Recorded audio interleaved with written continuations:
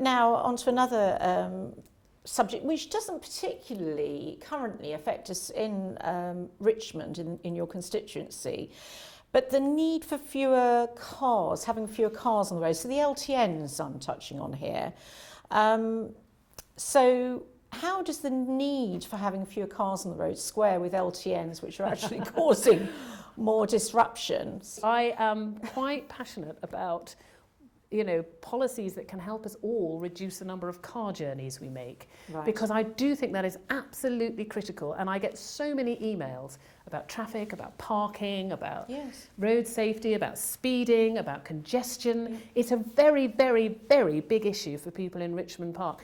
And I mean, you've talked about LTNs there. There was a consultation about an LTN in East Sheen, and the local population decided they didn't want it. But that was before COVID. And then obviously the new guidelines that the Department for Transport brought in as a result of the pandemic, and they were very much encouraging local authorities to put them in and then to sort of do the consultation afterwards. And neighbouring boroughs have done that to quite a large extent. I think Wandsworth and Ealing in particular have both done quite a lot, and we haven't done them quite, certainly in Richmond Park we haven't had any at all. But to me it's a much bigger issue, because with LTNs all you're trying to say is we're not tackling the overall amount of traffic, we just want to move the traffic from one place to another.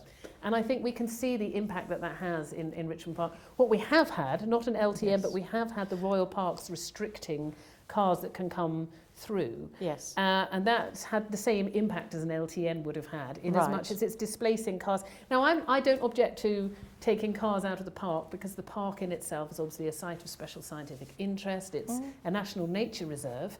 But unfortunately, all that traffic just goes to elsewhere, and particularly it really clogs up the Richmond Road coming through Petersham. Yes. And then the congestion there, and then it's poor air quality for the people living either side. So I just don't think that traffic displacement in the long term is the answer that we need. What we really, really need is to look at more effective ways for people to reduce the number of car journeys that they make. And obviously that comes back to properly funded public transport, and what the council are trying to do is encourage people to do more walking and cycling and trying to find ways to make cycling safer for people. And I'm very supportive of that, because, like I say, I just think the fewer car journeys we make, the better for all of us. And everybody can start thinking actively about what changes they can make in their own lives.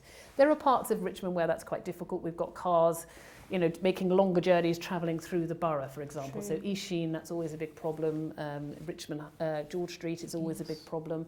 So, there are no quick fixes here. But I would really encourage everybody to think about what they're doing to try and reduce car journeys, because that, even just a 10% reduction could have a massive impact on all of us. Thank you.